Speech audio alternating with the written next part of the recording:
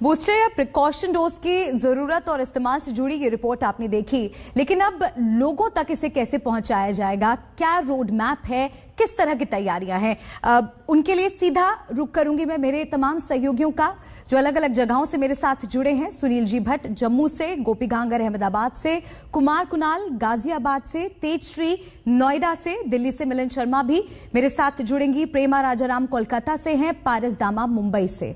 सबसे पहले कुमार आपके पास आते हुए, उत्तर प्रदेश में भी लगातार संक्रमण बहुत तेजी से बढ़ रहा है और नोएडा और गाजियाबाद से सबसे ज्यादा मामले सामने आ रहे हैं। गाजियाबाद की अगर बात करें तो धारा 144 लागू करने जैसे कड़े कदम उठाए जा रहे हैं, उसके बावजूद स्थिति इतनी खराब क्यों होती दिख रही है?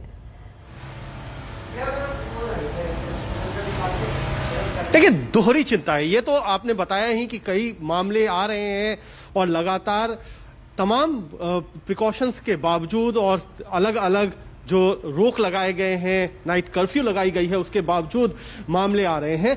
लेकिन जो बड़ी बात यह है कि चुनाव भी आने वाले हैं और 15 तारीख तक हालांकि चुनाव प्रचार पर रोक लगाई गई है, लेकिन उसके बाद सबसे पहला जो चरण है वो गाजियाबाद, नोएडा, एनसीआर और पश्चिमी उत्तर प्रदेश में ही होना है और इस वजह से ये चिंता और है। और इसीलिए जो प्रिकॉशन डोज की अहमियत है वो उत्तर प्रदेश और खास तौर पर इस इलाके में जहां पर पहले चरण का चुनाव होना है वहां पर काफी अहम हो जाती है, क्योंकि जब वोटर वोट देने आएंगे तो कहीं वो मुश्किल में ना रहे, इसकी भी व्यवस्था करनी होगी। और चुनाव आयोग ने भी जब प्रेस कॉन्फ्रेंस की थी तो साफ तौर पर कहा था कि जो प्राथमिकता है वो चुनावी राज्य है, वहां पर ज्यादा से ज्यादा वैक्सीनेशन हो, ये उनकी प्राथमिकता पर रहेगा। तो ये जो चुनौती है, एक तरफ तो लगातार बढ़ते मामले और दूसरी तरफ चुनाव का आयोजन, चुनाव प्रचार किस तरीके से होगा और वोटिंग किस तरीके से होगी, उसको लेकर चिंता। तो ये बड़ी बात है। साथ लगा जो दिल्ली है वहां पर भी बहुत ज्यादा मामले बढ़ रहे हैं। तो ये जो दिल्ली एनसीआर का इलाका है वो सरकारों के लिए चुनौती, चाहे वो दिल्ली सरकार हो, उत्तर प्रदेश सरकार हो या फिर हरियाणा का जो लगता हुआ इलाका है, हर जगह वैक्सीनेशन को लेकर क्या तैयारियां आपको नजर आ रही हैं वहां पर कुणाल? देखिए, मैं वैक्सीनेशन को देखकर बताता हूं। यहां पर ये वैक्सीनेशन सेंटर पर हम इस वक्त खड़े हैं, लेकिन अभी तक यहां पर कोई भी वैक्सीनेशन के लिए कोई अधिकारी, कोई कर्मचारी दिख नहीं रहा है। 10 बजे से यहां पर वैक्सीनेशन की शुरुआत होनी है। यह कहा गया है कि जो तमाम लोग हैं उनके पास फोन जाएगा जिनको भी ये एहतियातन डोज लगाना है, बूस्टर डोज कहें या प्रिकॉशन डोज कहें, वो लगाना है, उसको लेकर के हर किसी के पास फोन जा रहा है जिसकी भी 9 महीने पहले टीकाकरण हो चुका है, दोहरा टीकाकरण, उनको आज टीका लगने के लिए फोन जाएगा। लेकिन यहां पर अभी तक दरवाजे आपको मैंने दिखाए बंद नजर आ रहे हैं और जो मुश्किल यही है कि क्या लोग आएंगे, क्योंकि आज पहला दिन है, किस तरीके से लोगों को फोन किया गया है। तो ये भी बात हमें समझनी पड़ेगी कि अगर इसको लेकर के हम बहुत युद्ध स्तर पर कार्रवाई ना करें तो फिर मुश्किल आने वाले दिनों में और बढ़ सकती है। बिल्कुल, मुश्किल आने वाले दिनों में और बढ़ सकती है। तेजश्री, आपके पास आ रही हूं। नोएडा में आप इस वक्त मौजूद हैं और नोएडा में भी आंकड़े लगातार डरा रहे हैं। 24 घंटे में 1100 के करीब मामले सामने आए हैं। वहां पर आप किस तरह की तैयारियां देख रही हैं वैक्सीनेशन से जुड़ी हुई? जी बिल्कुल, देखिए मल्लिका, उत्तर प्रदेश की हम बात करें और खासकर नोएडा की बात करें तो नोएडा में वैक्सीनेशन की रफ्तार, चाहे वो बच्चों का वैक्सीनेशन हो या फिर पहले और दूसरे डोज का वैक्सीनेशन हो, वैक्सीनेशन की जो रफ्तार है वो काफ़ी तेज़ रही है। इसलिए नोएडा के जिस अस्पताल में इस वक्त हम मौजूद हैं वहाँ पर सुबह से ही जो हेल्थ केयर वर्कर्स हैं और साथ ही साथ जो सीनियर सिटीजन्स हैं उनके लिए जो प्रिकॉशनरी डोज है, जो बूस्टर डोज है, उसकी तैयारियाँ तो क्या यहाँ पर आप देखिए, ये बूस्टर डोज लगना भी यहाँ पर शुरू हो चुके हैं। यहाँ पर तमाम हेल्थ वर्कर्स इस वक्त मौजूद हैं। अब हम आपको प्रक्रिया बताएंगे कि किस तरह से बूस्टर डोज इनको लगाया जाएगा। तो देखिए, इन सारे हेल्थ वर्कर्स को या जितने भी सीनियर सिटीजन यहाँ पर प्रिकॉशनरी डोज लगवाने आने वाले हैं, सबसे पहले उनका यहाँ पर वाइटल चेकअप किया जाएगा। वाइटल चेकअप आप देख सकते हैं कि इस वक्त भी किया जा रहा है। उनका ब्लड प्रेशर लिया जाएगा, उनका हाइट देखी जाएगी, उनका वेट देखा जाएगा। उसके बाद उनसे कि सेल्फ डिक्लेरेशन फॉर्म आप देख सकते हैं, सेल्फ डिक्लेरेशन फॉर्म साइन करवाया जाएगा। तमाम तरह के इसमें सवाल पूछे गए हैं कि आपको किसी तरह की कोई बीमारी तो नहीं है, कि आपको कोविड तो नहीं हुआ था पिछले 10 दिनों में, इस तरह के सवाल इन हेल्थ वर्कर्स से पूछे जाएंगे। और इसके बाद आप देखिए यहाँ पर ये दूसरा रूम बनाया गया है जहाँ पर वैक्सीनेशन होने वाला है। यहाँ पर इस रूम में हेल्थ वर्कर्स को वैक्सीनेशन दिया जाएगा। आप देख सकते हैं वैक्सीनेशन की भी पूरी तैयारियां की जा चुकी हैं और चूंकि बहुत सारे लोगों को कोविशील्ड की डोज लगी, इसलिए यहाँ पर कोविशील्ड यहाँ पर सभी हेल्थ वर्कर्स को दिया जाएगा। मल्लिका, हम कुछ हेल्थ वर्कर्स से भी बात करने की कोशिश करेंगे और जानेंगे कि उनके लिए आज कितना बड़ा दिन है, क्योंकि हमने देखा कि पहले और दूसरी वेव में जो हेल्थ वर्कर्स थे उन्होंने दिन रात किस तरह से हमारे लिए मेहनत की, अपनी जान जोखिम में डालकर हमारी जान बचाने का काम किया। और चूंकि ओमिक्रॉन सबसे ज़्यादा कंटेजियस है, ऐसे में हेल्थ वर्कर्स का क्या मानना है, कैसा महसूस कर रही हैं आज आप कि आपको आज बूस्टर डोज लगेगा और आज आप और भी ज़्यादा सेफ हो जाएंगी? मैम बहुत अच्छा महसूस कर रही हूँ, मुझे कोई प्रॉब्लम नहीं, मैं लगाने के लिए बहुत ज़्यादा एक्साइटमेंट हूँ। सर, आपको कैसा लग रहा है कि आप ओमिक्रॉन आ रहा है, तीसरी लहर आ चुकी है और आज आपको ये प्रिकॉशनरी डोज लगने वाला है? बहुत ही बढ़िया लग रहा है। सेफ फील कर रहे हैं आप? एकदम सेफ फील कर रहे हैं। तो देखिए, सेफ फील तो ये ज़रूर करेंगे। आप बताइए, आप सेफ फील करेंगे आपको जब प्रिकॉशनरी डोज लग जाएगा उसके बाद? बिल्कुल, बहुत अच्छा और बहुत सेफ फील करेंगे। और क्योंकि हम लोग हेल्थ वर्कर हैं तो हमें तो पहले होना चाहिए, हम सेफ रहेंगे तभी हम सबको सेव कर पाएंगे, क्योंकि तीसरी लहर अब आ रही है और यही जज्बा है हमारे हेल्थ वर्कर्स का, जिसको हम लगातार जितना धन्यवाद कहें, इनका अभिनंदन करें उतना कम है।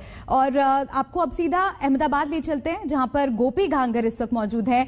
गोपी, संक्रमण की जो रफ्तार है, गुजरात में भी काफी तेजी से मामले बढ़ रहे हैं, 6000 पार मामले हम देख रहे हैं कि आए हैं। अब ऐसे में लोगों को उम्मीद है कि बूस्टर डोज या कहें प्रिकॉशन डोज से उनको काफी मदद मिलेगी कोरोना से जंग लड़ने में। तो वहां पर किस तरह की तैयारियां आप देख पा रहे हैं? बिल्कुल मल्लिका, आपको बता दूं कि गुजरात में अगर बात की जाए तो गुजरात में कुल मिला के 4,73,000 जितने फ्रंट लाइन जो हेल्थ वर्कर्स है वो है और टोटल मिला के 6,95,000 जितने जो वर्कर्स है यानी फ्रंट लाइन वर्कर्स है। तो कुल मिला के 6,73,000 जितने फ्रंट लाइन हेल्थ वर्कर्स को मिलाकर है। और यहाँ पे बूस्टर डोज की अगर बात की जाए तो सारी तैयारियां अहमदाबाद के सिविल अस्पताल में ये सारी तैयारियां यहाँ पे हो चुकी है। और यहाँ पे आप देख सकते हैं 10:30 बजे से जो हेल्थ वर्कर्स है वो यहाँ पे पहुंचना शुरू हो जाएंगे और यहीं पे उनका रजिस्ट्रेशन होगा और यहीं पे उनको ये जो प्रिकॉशनरी डोज है वो लगाया जाएगा, क्योंकि ये थर्ड वेव है। थर्ड वेव के अंदर लगातार जिस तरीके से मामले बढ़ रहे हैं तो वैसे में फ्रंटलाइन हेल्थ वर्कर से ही बात करते हैं। ये बताइए, आज तीसरा बूस्टर डोज आप लोगों को मिलेगा, क्या कहना है, कितना सेफ महसूस करेंगे? हमको 2 डोज लग गए, आज बूस्टर मिलेगा तो हमें लगेगा कि अच्छा है, बूस्टर लेंगे तो प्रिकॉशन भी अच्छा रहेगा। और कहीं ना कहीं जो थर्ड वेव की बात है, ओमिक्रॉन की बात है, तो वैसे में आप लोग क्या एक्स्ट्रा प्रिकॉशंस भी लेते हैं? हम मास्क कंपलसरी पहनते हैं और जो भी आता है वैक्सीन लेने के लिए यहाँ पे उसको पहनाते भी है, सैनिटाइजर करते हैं और हैंड वॉश करने को सबको बोलते हैं। बिल्कुल, आप बताइए क्या कहेंगे, आप कितना सुरक्षित महसूस करेंगे आज जब आपको तीसरा ये प्रिकॉशनरी डोज मिलेगा?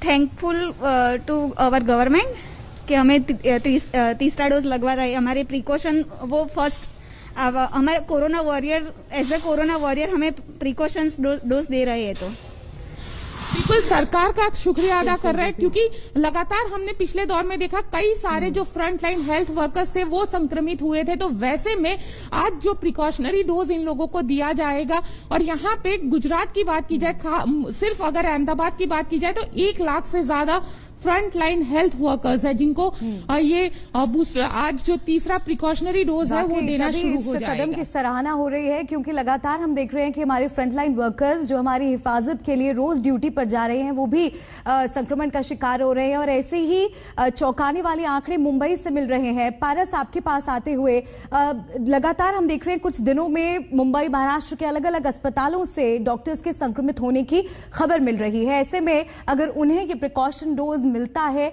तो बहुत बड़ी एक राहत की खबर। किस तरह की तैयारियां आप वहां पर देख रहे हैं?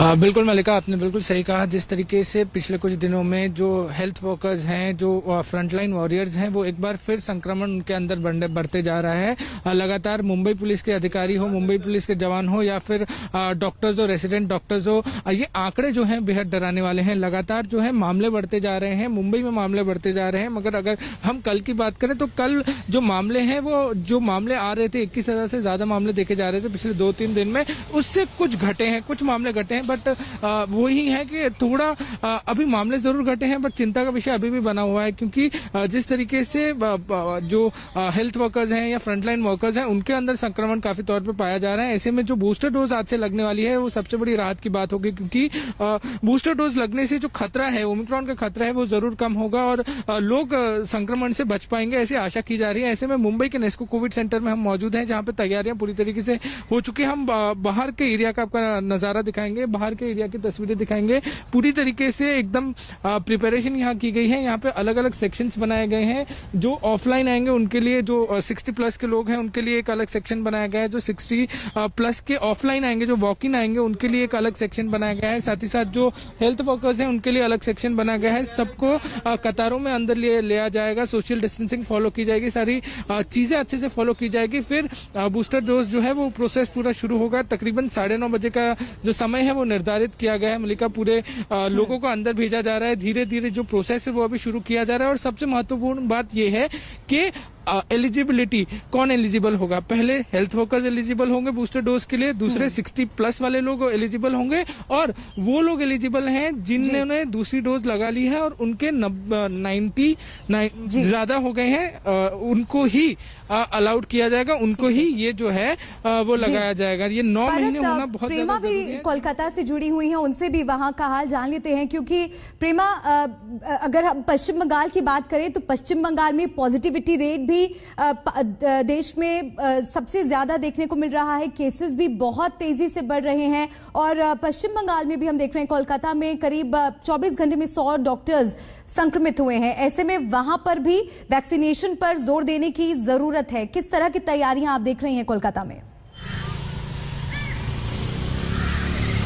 जी मलिका, यहाँ पे हम देख पा रहे हैं कि कई प्राइवेट सेंटर्स और जो कोलकाता म्युनिसिपल कॉर्पोरेशन के अंडर जो वार्ड्स है, जो प्राइवेट या प्राइमरी हेल्थ केयर सेंटर्स है, वहाँ पे लोग जा सकते हैं अपने बूस्टर डोज लेने के लिए। लेकिन जो जाना जा रहा है कि लोगों को कोविन वेबसाइट के माध्यम से रजिस्टर करना होगा, उसके बाद ही लोग बूस्टर डोज ले सकेंगे। लेकिन मुख्यमंत्री ममता बनर्जी का कहना है कि अब तक 40% जनता दूसरे डोज वैक्सीन के लिए नहीं गए हैं और ये काफी एक चुनौती है, क्योंकि लोगों को पहले अपना सेकंड डोज लेना है, उसके बाद ही वो बूस्टर डोज ले पाएंगे। और अभी जो जाना जा रहा है कि लोग जानकारी लेने की कोशिश करें कि कहाँ वो अपना बूस्टर डोज ले सकते हैं, क्योंकि जिन्होंने कोवैक्सीन या स्पुतनिक या कोविशील्ड लिया है उनको वही डोज लेना है। तो लोग अभी जाने की कोशिश में है कि कहाँ वो बूस्टर डोज लगवा सकते हैं। और अभी भी जैसे आपने कहा कि यहाँ पर पश्चिम बंगाल में अब तक जो 24 घंटे में जो मामले सामने नजर आए वो है 24,287 नए मामले सामने नजर आए। तो लोग काफी डरे हुए हैं, घर से बाहर नहीं निकल रहे, लेकिन अभी भी वो लोग जानकारी ले रहे हैं कि बूस्टर डोज उन्हें कहाँ से मिल सकता है। मलिका जी, प्रेमा, बहुत शुक्रिया आप सभी का।